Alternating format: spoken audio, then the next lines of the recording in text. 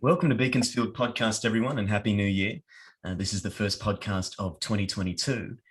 It's my really great honour today to be speaking with the Honourable Bob Carr. He's Industry Professor of Business and Climate Change at UTS. He was the former Foreign Minister of Australia from 2012 to 2013 under the Gillard government, and he was also New South Wales' longest continuously serving Premier of the state. He's also a writer and a thinker and a lover of history. A constant learning has been his passion for history and statesmanship. He's written several books, from Thought Lines to What Australia Means to Me, to My Reading Life, Diary of a Foreign Minister, and Run for Your Life. Welcome, Professor. Thank you so much for being here today. Well, what a pleasure for me to be talking about books and ideas and the political record. Wonderful. Well, we're going to speak about a few things today, as you just mentioned, but it's all going to be about this theme of reform leadership. You are a unique figure who has both been a person in public life, who has achieved significant reforms, but also a thinker about reform, which should make this conversation quite an interesting one. But to start as a kind of, broad-based thematic jump in, it's very clear from reading your writings that you had the political vocation from a very young age. I was wondering, Professor, if you could speak to why you chose politics as your vocation and what the place of thinking about reform was that in that choice. I think, given my age, it was the appeal of the romantic tradition of labourism in Australia. So I was exposed to this idolatry of Ben Chifley, and from my father and from my uncle, and I found it very persuasive. And even at 15, dipped into Finn Crisp's biography of Ben Chifley. So if you're thinking of what a labour-inclined working class family might have believed as part of its political ethos in the early 60s Australia, late 50s, early 60s Australia, that's what I was absorbing. And out of that came an idealistic notion of making a career in politics, labour politics. It's an interesting idea, this notion of the romantic tradition of Australian labourism, because if one thinks of the Labor Party and its history too, it's this kind of constant tension between more revolutionary elements and more reformist ones.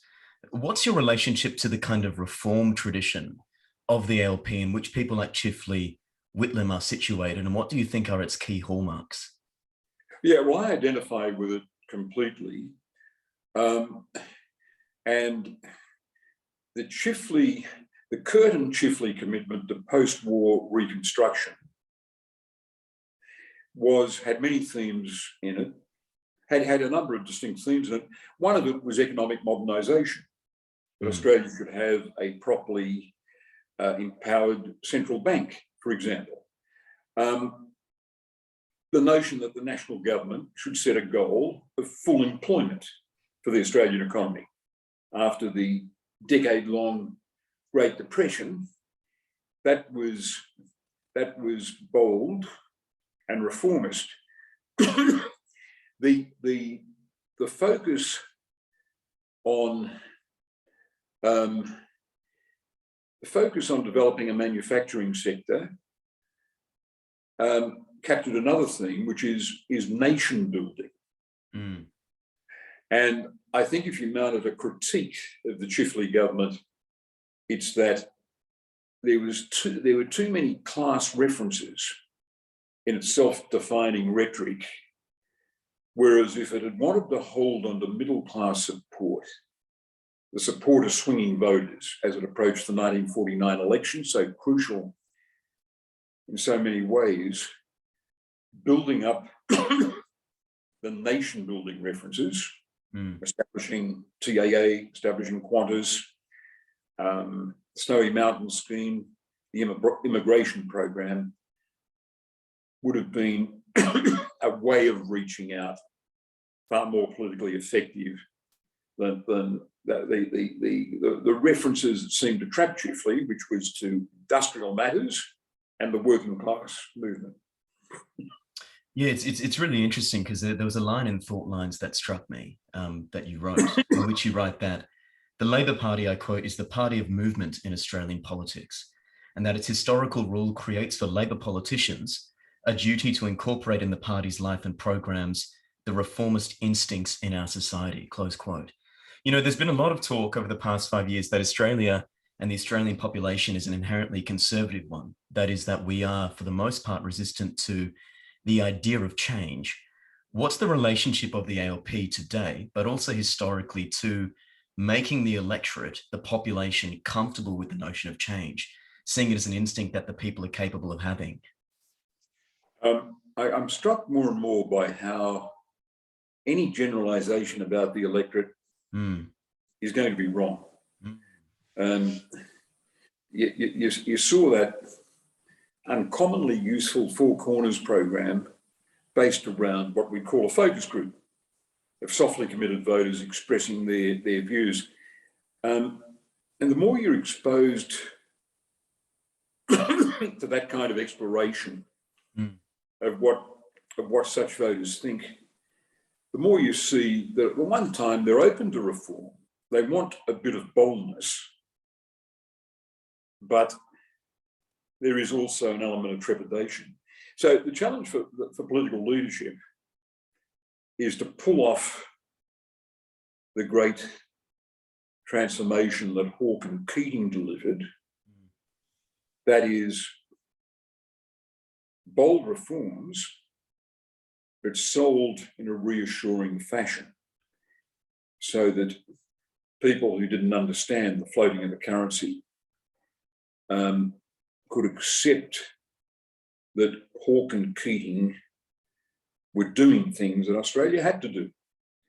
And a leader like John Button going down and speaking directly to the workers in clothing, textiles, footwear, and saying, we can't continue the level of protection through tariffs that you've grown used to. I've seen it in a state Labor government, Neville Rand's state Labor government, Jack Ferguson, a left-wing deputy premier, going up to face the workers in the state dockyard in Newcastle and saying, we cannot continue to run this as a hugely subsidised state-owned operation. So there are models for leading public opinion, but you'd want to do so after exploring the language. I know politicians get criticised for being influenced by polling, for being too dependent on polling. I'm thinking of using polling in a different sense. I want to pursue some bold reforms, but I want to know what arguments work and what are going to be wasted words, or even worse, counterproductive. And to use focus groups to feel your way forward is not a bad thing. Where does the tension then lie between leading people and challenging people and at the same time bringing them with you? Because this is a really interesting tension. You know, you mentioned the Hawke and Keating years. I think a significant part of that was that this message that change was necessary to actually adapt to changing times, that change was coming as it was, and that it was necessary for leadership to reform in order to bring people into the future and face that change in a way that would benefit their lives. How have you reflected on this tension yourself as a political leader between sometimes making a judgment, going out on a limb, having to test people out in a new way that they're not used to, and bringing them with you? Is it something that you struggle with? A lot of it can be opportunistic. Yeah. Feeling for opportunities. So I tell the story in my book, Run for Your Life, about police reform in New South Wales. It turned out to be a big thematic reform under my government. And it was quite a good way of making public policy. A Royal Commission was rolling out recommendations to systemically remove systemic corruption from the New South Wales police force. And we as a cabinet and a parliament were taking up their recommendations one after the other. There's some we could actually embrace with alacrity. So even before the Royal Commission had served up its first recommendations, there are revelations about police getting payoffs from brothels. And I went into a Labor caucus meeting and I said, well, look, it's time to fix this up. I'm going to seek your support for legislation that we'll present as a cabinet, but I want your support for the notion of legislation that will decriminalise brothels to eliminate a source of police corruption and achieve better protection for the sex workers anchored in the industry. Yes, I got support, and I then told the cabinet secretary that I wanted a draft. So that was an opportunity for a overdue reform generated by the headlines coming out of the Royal Commission. Yeah. But then we got served up to us in great chunks recommendations for example, having compulsory drug and alcohol testing for police on the job. Now, if we'd served that up without the context of a Royal Commission, it would have been hugely controversial. But we had a police force that was largely non-performing because of long lunches, because of an ethos that said drinking is part of the job. Well, we ended that. Another bold reform under this rubric is integrity testing. We accepted the principle of integrity testing, which meant that the Police Integrity Commission could plant a plastic bag with white powder or a bundle of cash in an abandoned vehicle, for example, and then secretly tape what the response of the police discovering this cash would do with it. So that would have been a very bold measure. It would have been fiercely resisted as being based on a system suitable for a provocateur, not a government. Yes. But we were able to present that in the context of a Royal Commission. So the Royal Commission was a great opportunity to do things that were bold, beyond the normal reach of the state political agenda, provocative to the police union and perhaps to a lot of the tabloid media that run with the police. But we could go for it and go for it strongly because of the daily revelations filling the papers. And to go back a step, we got the Royal Commission because of an opportunity. Again, the opportunism that opens up a portal to reform. John Hatton, an independent member of the House, was nagging about a police Royal Commission. He didn't present enough evidence to me, but I ended up being persuaded as we were approaching the 1995 election that the police were performing badly. So whether there was systemic corruption or not, they were an underperforming force. And I persuaded the shadow cabinet and then the caucus to fall in behind Hatton's motion and go with a Royal Commission. There was some grumbling, some hint that we would lose the votes of the 10,000 members of the Police Association. Yes. But I was drawn to the idea of finally having a comprehensive clean-out, a purge of policing in New South Wales. And I thought, if I'm going to win the next state election, then I will inherit a working Royal Commission into policing.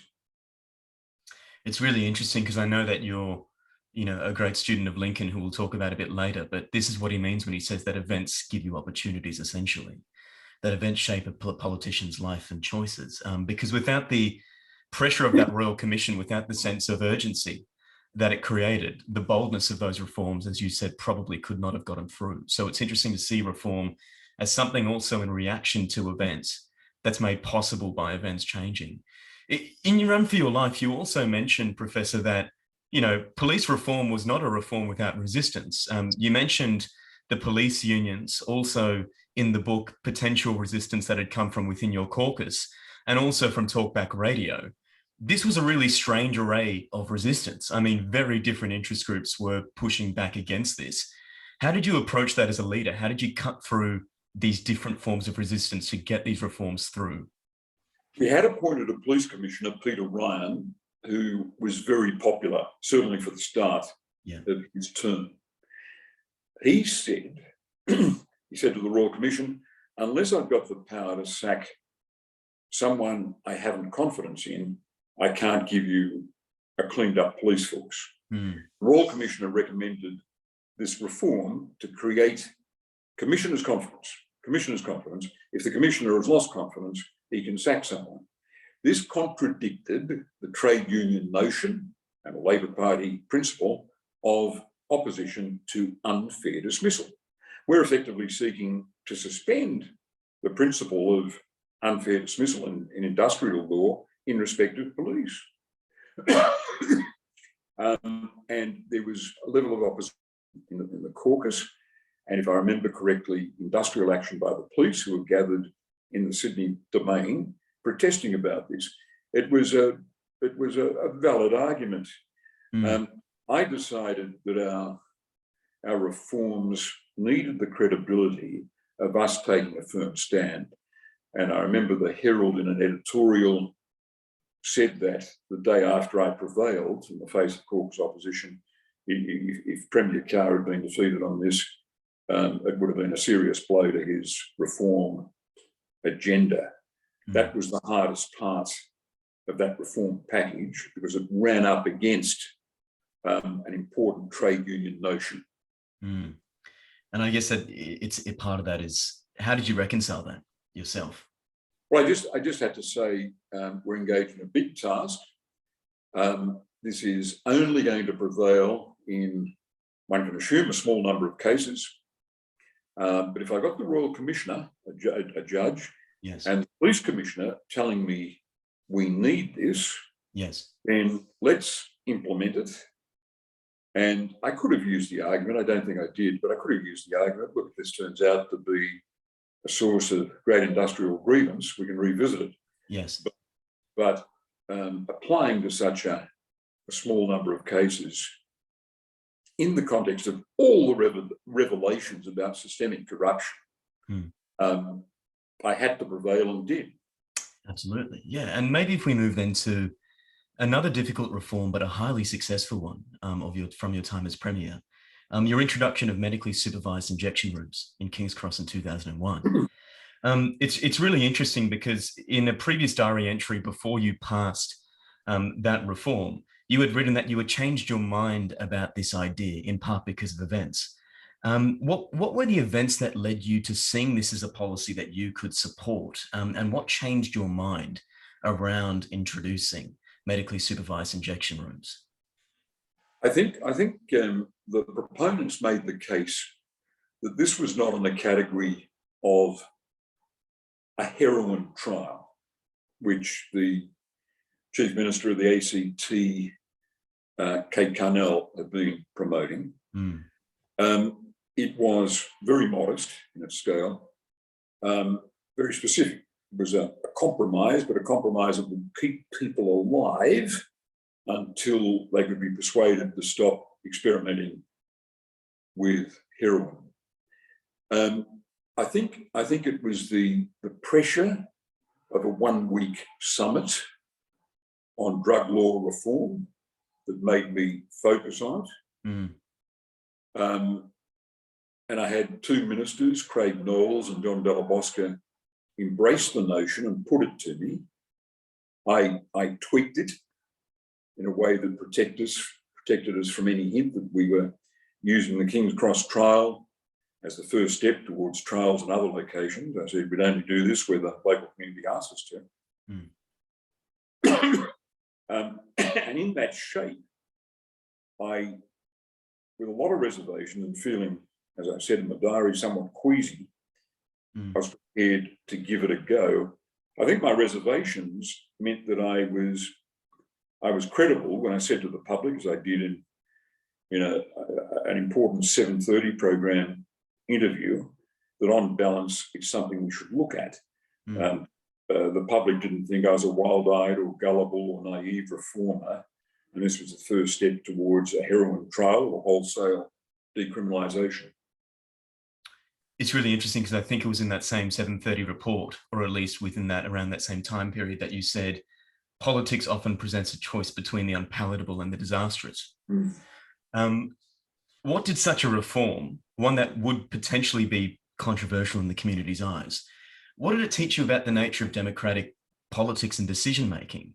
Because it seems like the lesson inherent here is that nothing is ever clean. There's always this kind of grey area, which reforms occupy. Would you agree with that? I think so. And what it taught me was that if you competently enunciate what you're doing and what you're not doing, the public are capable of following you. And I was persuaded after the interviews I did, even where I was made to be a bit defensive, talking on conservative radio, for example, that an ordinary listener would say, no, Bob's not saying that. Yeah. What Bob's proposing is this. They understood the distinctions I was making. That's very interesting. If we then move to a kind of third category of reform from your time as Premier, I mean, your nation and world-leading efforts on climate change and conservation were really kind of a big deal, especially being introduced in the early 2000s. I believe that you created a landmark series of decisions, 350 new national parks. You put a reform of the whole forestry system through against immense resistance. And you also introduced the world's first carbon trading scheme in 2003. What was your thinking about reform on a kind of mass long-term scale about conservation and climate action during your time as Premier? We were making land use decisions in declaring the bulk of those national parks that were going to settle disputes about the boundaries between forestry activity and conservation, the conservation domain, in all of New South Wales, east of the Great Dividing Range.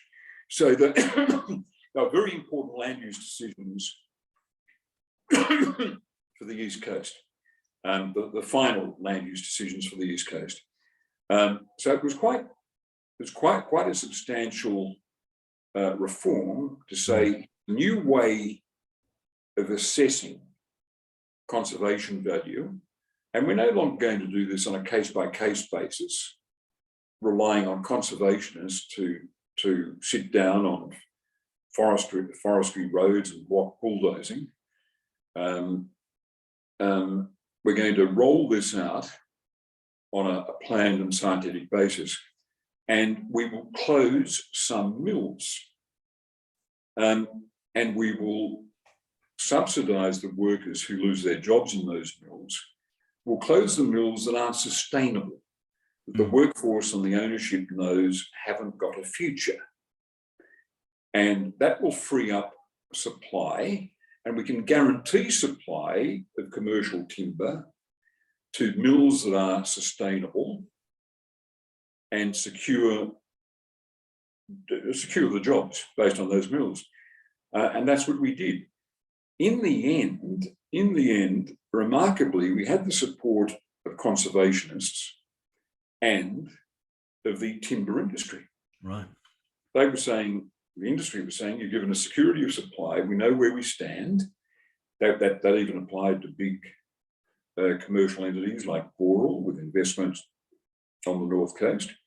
And others were saying, workers were saying, no, I wanted to leave the industry, I knew the job wasn't secure. This public sector level superannuation, this redundancy payment is really equivalent to public sector superannuation.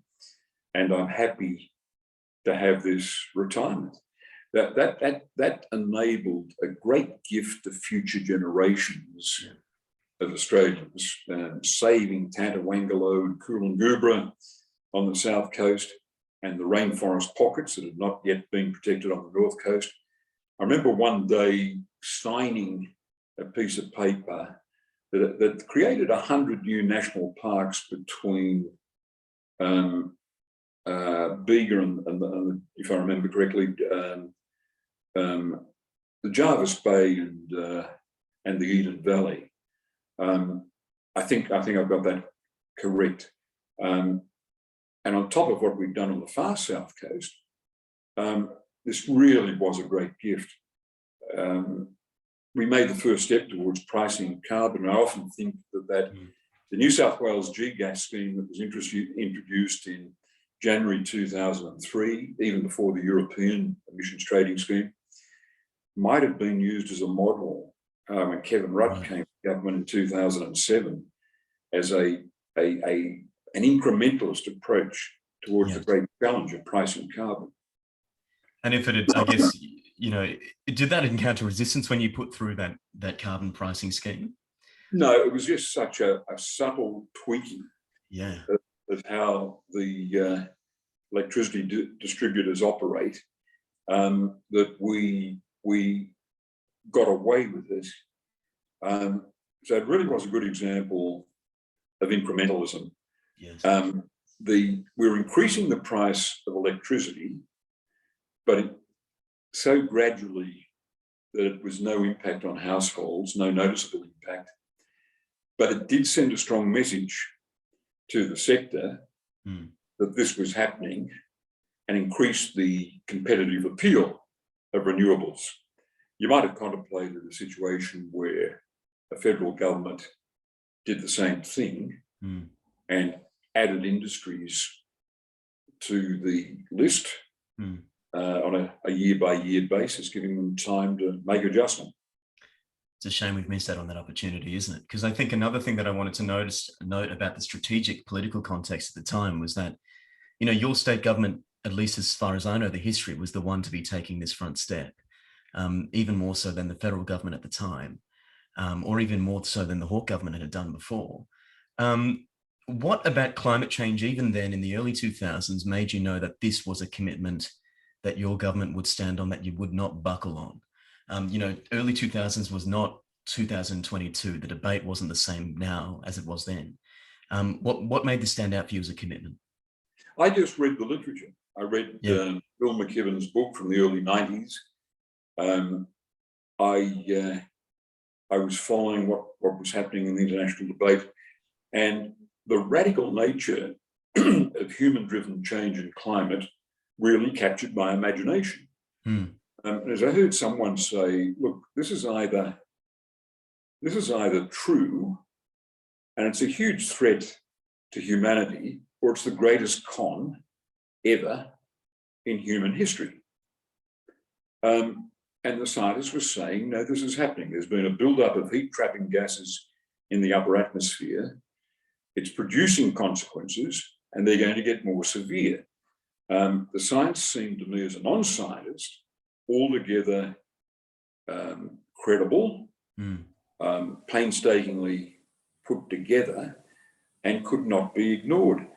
As a result, I'd look, say, 2000 or so, I'd look at a newspaper an international paper that might have a story about the loss of Arctic sea ice on page 24, and some story relatively trivial about interest rate movements or a royal scandal on the front page.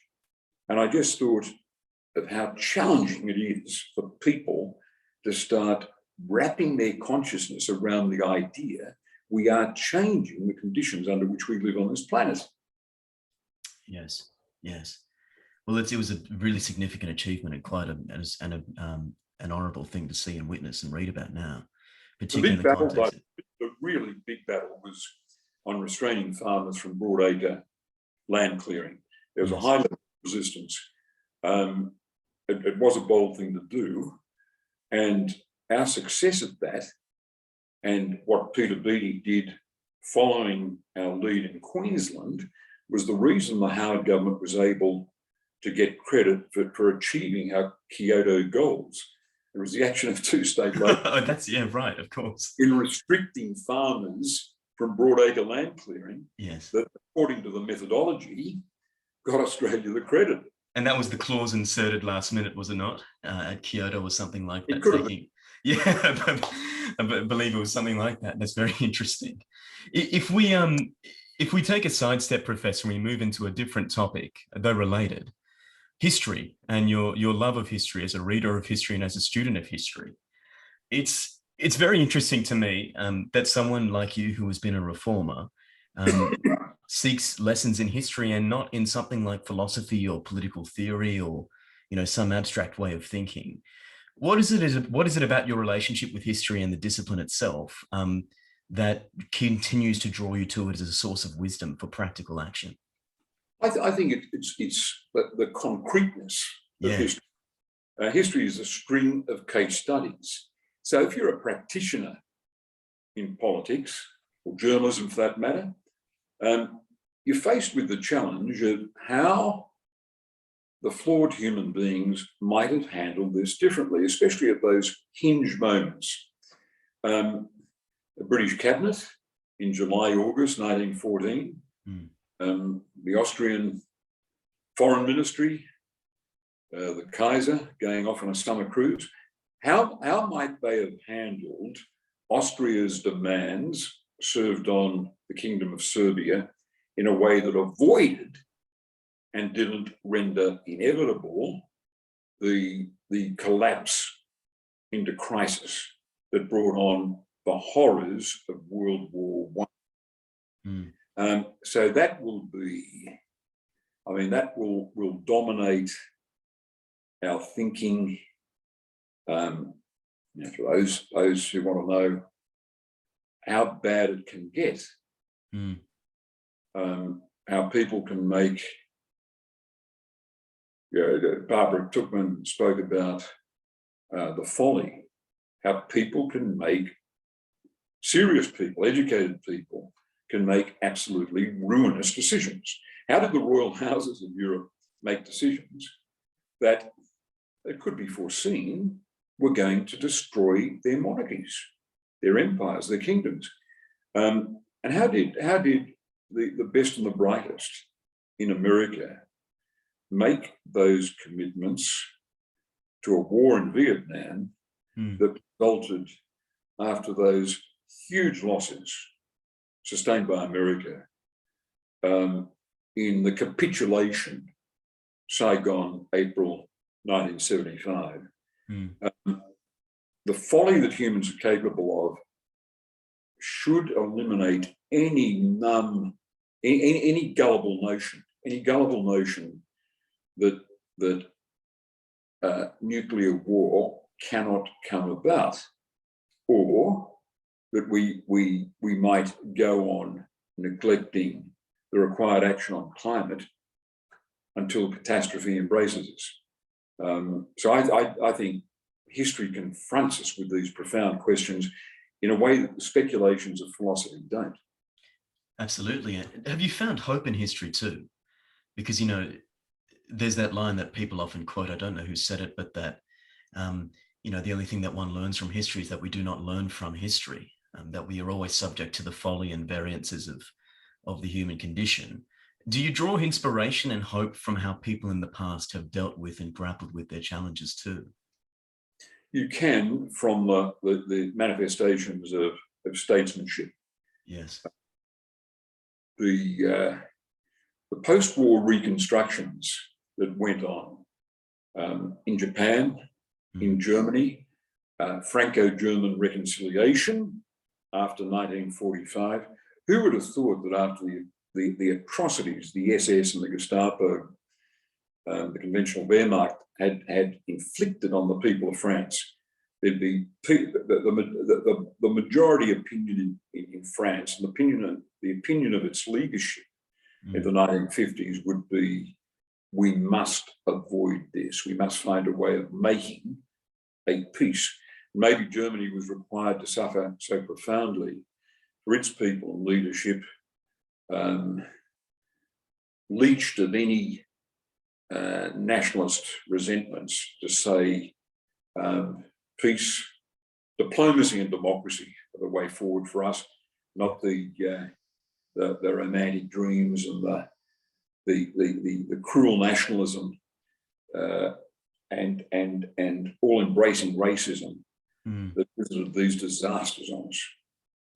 It's a very interesting thing too, because I read My Reading Life before this conversation, and I was struck by there does seem to be a theme throughout your reading, right? Which is this kind of tension between totalitarianism and what the conditions are that allow us to descend into it, and this kind of appeal against it to human decency. And that stretches from your reading of Isaiah Berlin to Ian Kershaw on Hitler, a dual biography that I return to again and again, and also then a thinker and a writer like Primo Levi in If This Is a Man. What do you think that history has to teach us about human decency? Do you have faith that there are ways we can recover from the horrible things that we do to each other, that is not within statesmanship, but more in the kind of ordinary day-to-day way that we treat each other, as we see in Primo Levi's book? As we sit on the brink of a new European war over boundaries. Yes. And we witness the suffering in Myanmar and Afghanistan. I think any optimism is seriously shaken.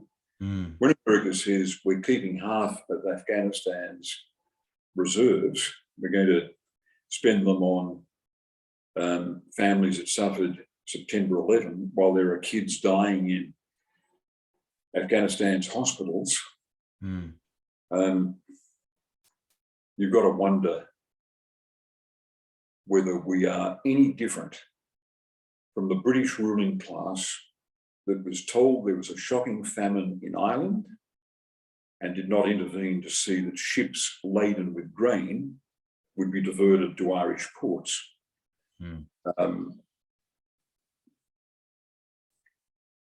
There's the sheer difficulty about intervention, of course.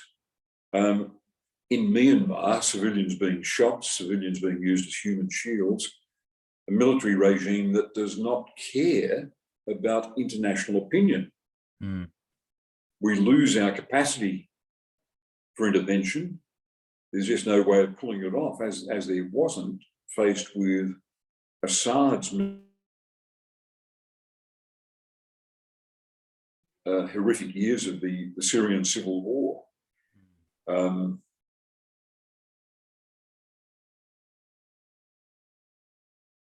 So what's changed since the Irish famine and what we're about to see unfold in Afghanistan? And how do you persuade people who hold state power to temper with mercy and restraint the options they've got, they enjoy because of their considerable power? So these are the endless challenges, and America's founding fathers debated, that generation debated these very things, how America uses its power. Does it go abroad in search of monsters to destroy? What happens if you separate power from remorse? These sometimes grotesque dramas are acted out in our world all the time. Was it Shakespeare who had, I believe it was Brutus, say the abuse of power is when it disjoins remorse from power? Yes, and that's echoed in the quote I was groping for from John Quincy Adams, or another first or second generation American leader.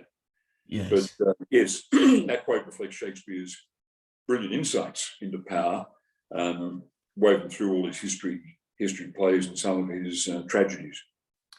Yes, and let's turn to a lover then of Shakespeare. You mentioned the US presidential tradition. I'd love to speak about both Lincoln and FDR as kind of model reformers from whom we can take reform lessons in leadership.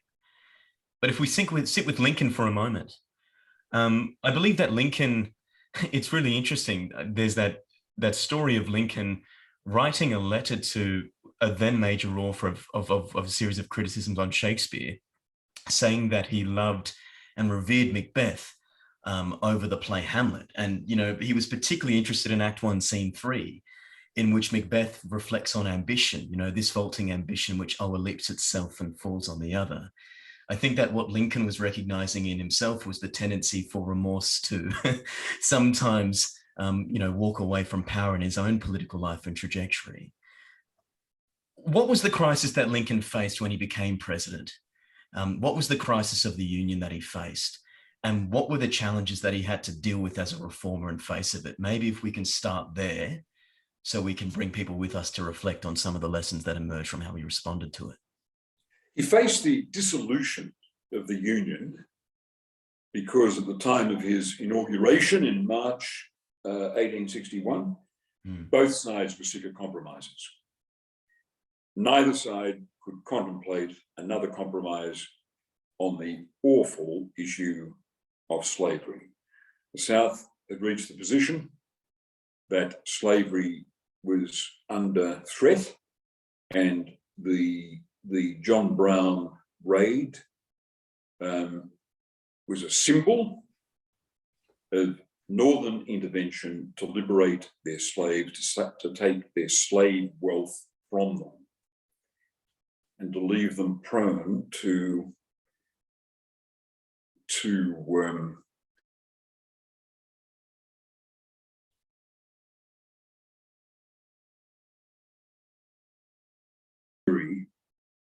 symbolize that. For the North, the Dred Scott decision of 1857 was only the prelude to other decisions that would be forthcoming from a Supreme Court in the grip of the slave power. They thought the next Dred Scott decision will be a decision from the court that reinstates slavery in northern states where it had been abolished. So both sides at the time of the political conventions of 1860 were contemplating no further compromise, and the notion of the inevitability of war had taken hold. I think the evidence suggests, especially in the South. It's an interesting point, because when you speak to people about Lincoln today, they think of him as this kind of grand abolitionist. So someone who from the get-go was trying to get rid of slavery altogether. But we know that's actually not the case at all, that Lincoln was dealing with this state and field of compromise in which he was essentially a gradualist about the question of emancipation.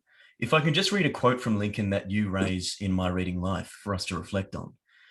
Lincoln says, I quote, "My paramount object in this struggle is to save the Union, and it is not to save or destroy slavery. If I could save the Union without freeing any slave, I would do it. And if I could save it by freeing all the slaves, I would do it. And if I could save it by freeing some and leaving others alone, I would also do that," close quote. What do you think, Professor, that Lincoln's relationship personally was to slavery? He says things like, if slavery isn't wrong, nothing is wrong.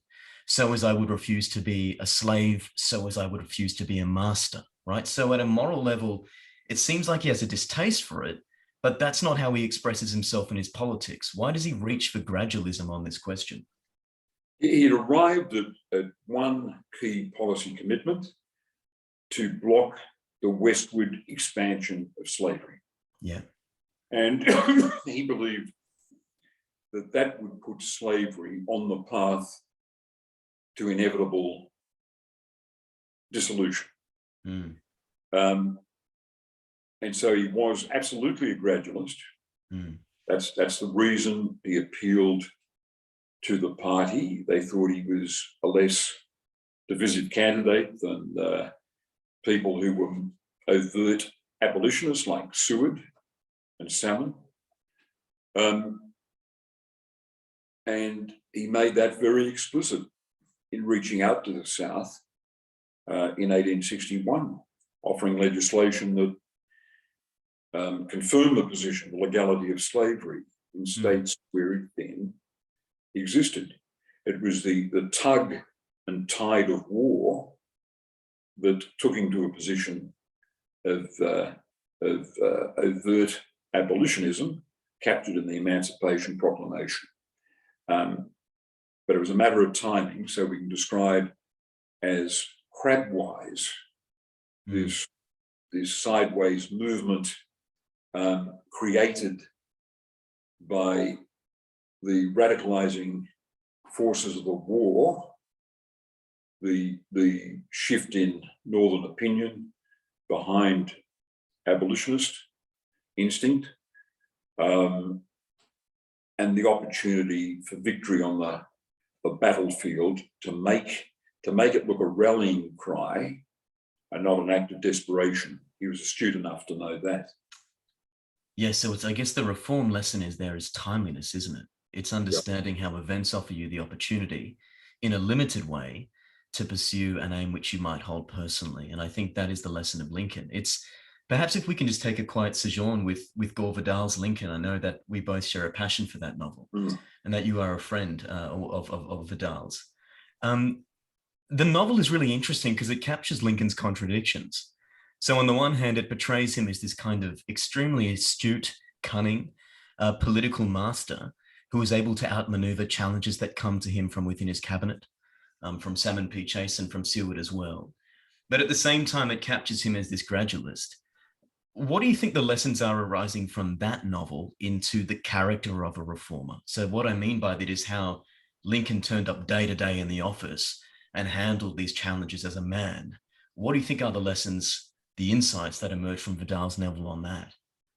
I think the readiness to make it up as you go along, to grope and feel for opportunities, to carefully assess public opinion and where it was moving, to assert your own leadership even after infinite consultation.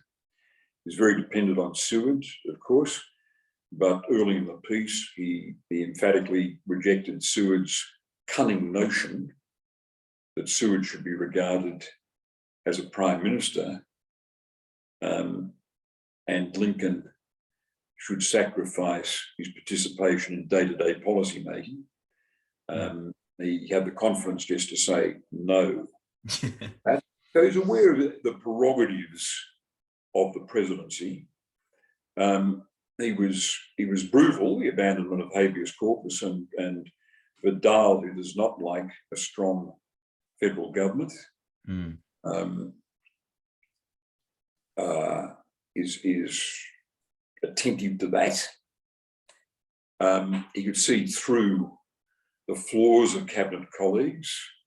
Vidal devotes a lot to the tension with Salmon P. Chase, who saw himself as an alternative to Lincoln in 1864. But Lincoln outplayed him as a master, a political master of cabinet politics.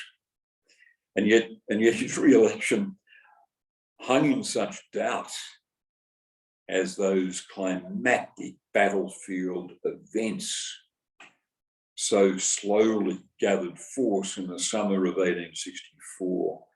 It was almost unbearable to read again about Grant's summer campaign, the shocking casualties day by day, the resistance that the South presented to what might have looked inevitable, the rolling out of the superior northern numbers, until finally, at the last possible moments, there were in quick succession 3 northern victories that just rallied northern opinion behind the president. So let's just test our memories. One was the one was the fall, not of Richmond, but was it Richmond? Did Richmond fall time, or was it? Is this 1864? Yeah, I think so. Because I think that's also the passage in the Vidal novel where, is that the one where following Lincoln visits a hospice with Confederate soldiers? No, that's after. Is that after Summit? After Antietam. Okay, right. So there's the victory of the Southern thrust by Grant. No, sorry, it was the fall in Georgia, not a part of Grant, but of his colleague, Sherman. Right. So it was the fall of Atlanta. Yes. So that was great. That was a great victory on the Eastern Front.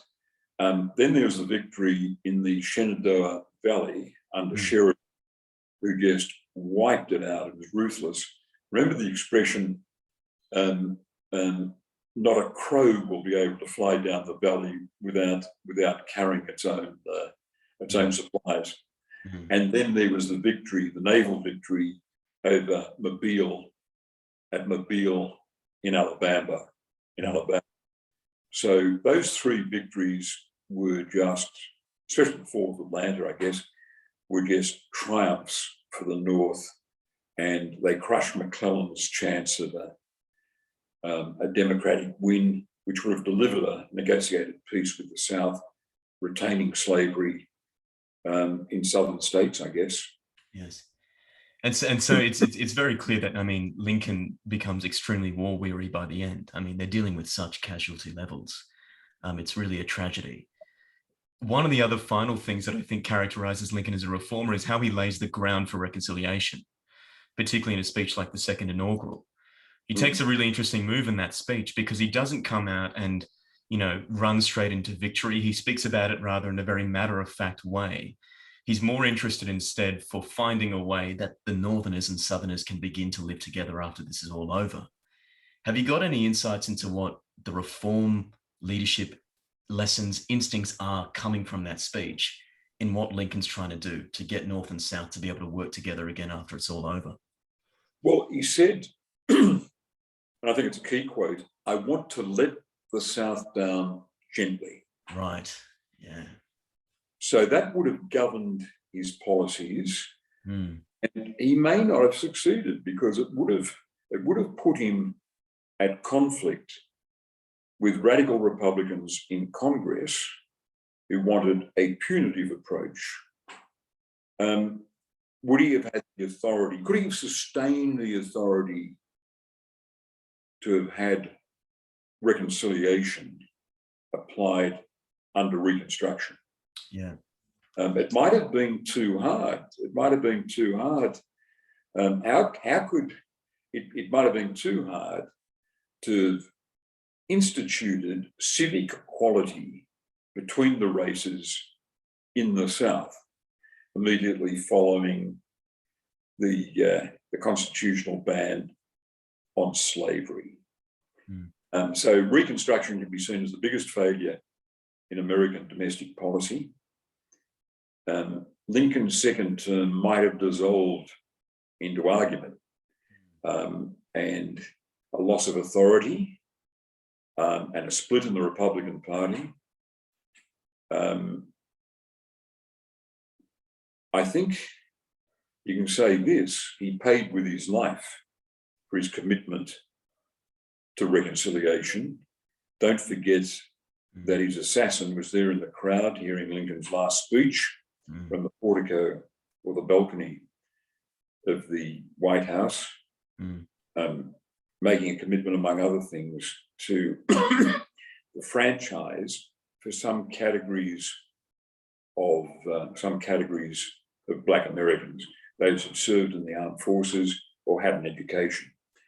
And that's when John Wilkes Booth said to his companion, he'll pay with his life for that speech. Vidal so wonderfully recreates in the novel. Yeah, that was really interesting. If we can turn finally to then, another key reformer at a moment in the crisis of the Union, FDR.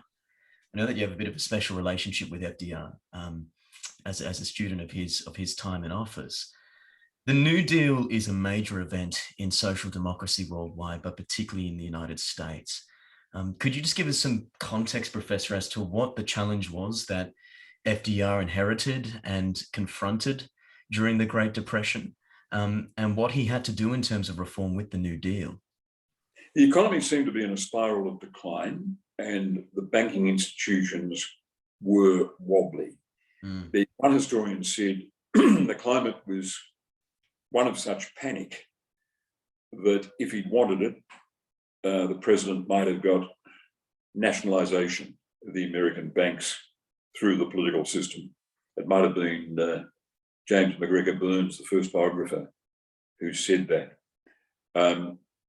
So this was the system that he took over. And the first lesson he provides is the cheerfulness with which he embraced this.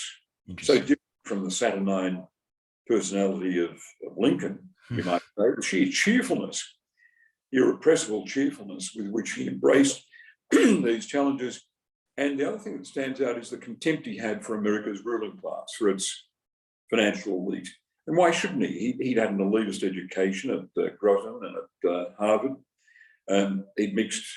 He'd seen something of these people. He came from the world of old money and agricultural wealth and investments. He wasn't intimidated by them, but he despised them and was prepared to take them on. And he did in the rhetoric of his re-election campaign in 1936.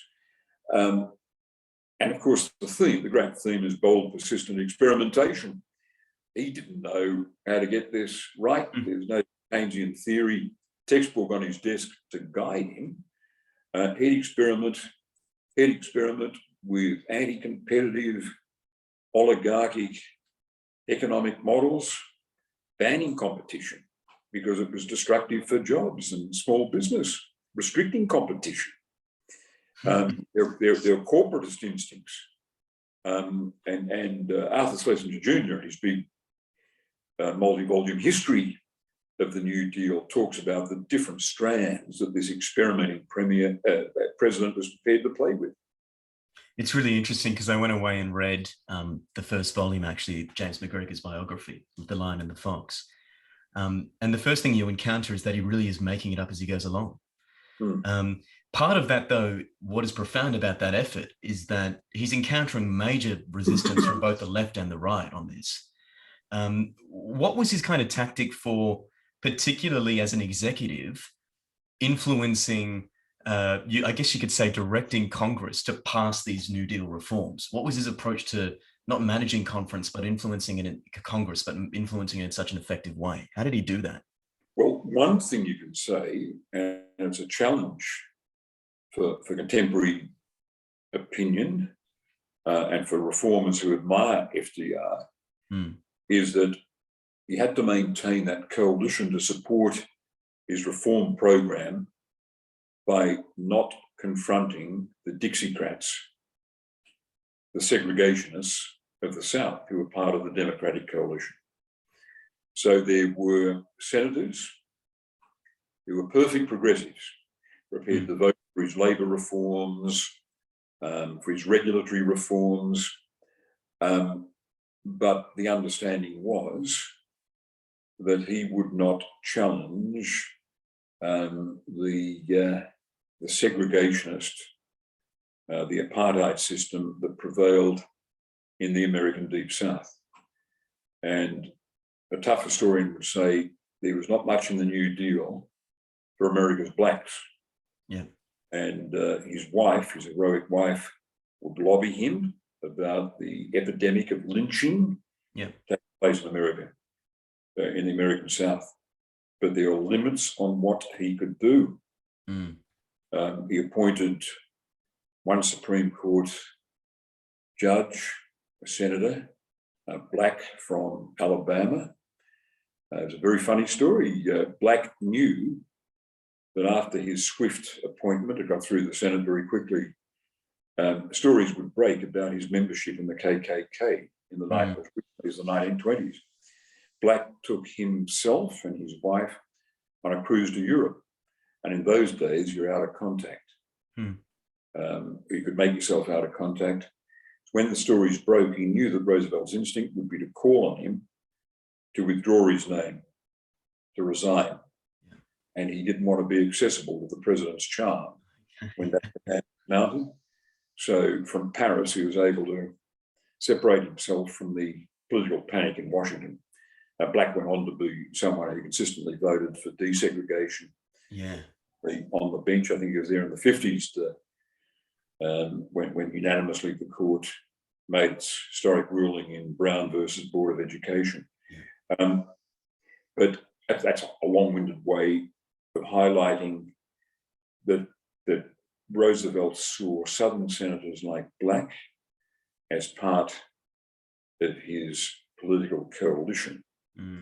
And the South was there along with the industrial unions of the North and the big city machines and progressive senators from the Prairie and the Rocky Mountain states.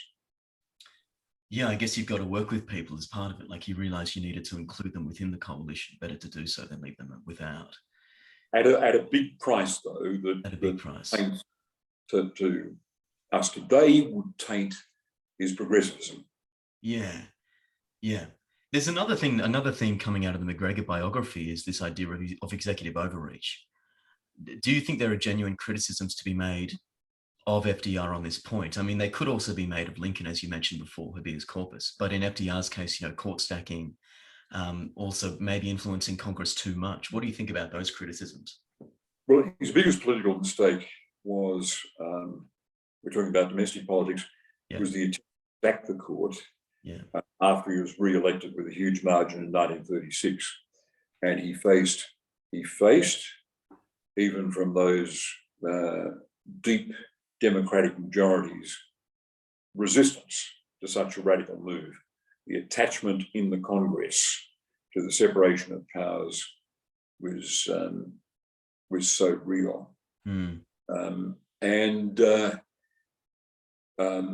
the tradition of a Supreme Court that couldn't be suborned by a power-hungry president. He lost public opinion on that. He lost the support of his own party and of large parts of the Rooseveltian coalition. It achieved the objective, I suppose you could say, that the Supreme Court was less resistant to New Deal measures. They stopped declaring constitutionally invalid law after law. Some of the laws, though, did stretch court tolerance. Some of the regulatory measures from the corporate state phase of the New Deal really were absurd, trying to regulate the number of chickens that could be in a cage. I mean, that became the basis of one challenge. It was designed, a lot of the measures were designed to restrict competition. Yes. Because competition was seen as damaging to jobs and to small business. Yes. As a final question then, Professor, I'm conscious of time, but you're also Australia's previous foreign minister. We're living in a world now where there's this challenge to the American consensus from within, really, hyper-liberal elements on the left in the Democratic Party and the Republican Party, which right now I think is in such a state of de-definition that, one could even hesitate to call it a party at all. But we're living in this world where some people are talking of the decline of America, the rise of China, and we've got something right now, a crisis bordering in Ukraine, in Europe. What is the status and role that Australia as this creative middle power has to play in face of these challenges? How do you think we should be representing ourselves in the world? What is your thought on that? Well, right now we've opted to have one international personality, which is to be the closest to America of any of America's allies or partners. That's the way Canberra very seriously and calculatedly has defined our international personality. So there's a whole body of public service opinion that has taken charge of this. That's where they want us to be. Well, that comes at a price. It means we've got one personality in, for example, Southeast Asia. It means that we wear our antagonism towards China as a badge of honor, and that reduces opportunities for us. But nonetheless, that's the position we've reached. We haven't even got the gumption. We haven't even got the gumption to take up the case of Julian Assange with the Americans and say at the end of a meeting with the Secretary of State to say he's an Australian citizen, can you quietly drop the extradition proceedings? So that's where we've positioned ourselves, to the point where I don't think we can be seen as a creative middle power, because we haven't got the independence or the energy to champion any approach in the world that might be a bit independent, the way we were able to do with the Arms Trade Treaty during my time, or the Canberra Commission on Nuclear Weapons under the Keating Prime Ministership, or the Cambodian Accords with Gareth Evans. It's very hard to see Australia having any independent personality. And do you think, for example, on the question of Ukraine, what should Australia be doing regarding that situation as it emerges? There's no suggestion that we'd make a military commitment, so it's different from a number of other situations in which we could find ourselves. I'm thinking of war with Iran, for example, where Americans might make a demand for an Australian naval presence in the Gulf. So it's easier for us in that sense. Given the European involvement, there's really no role for any creativity from Australia here. I think making the sort of statements we've been making, it's not an unreasonable position to be carefully consulting our American ally and our European partner.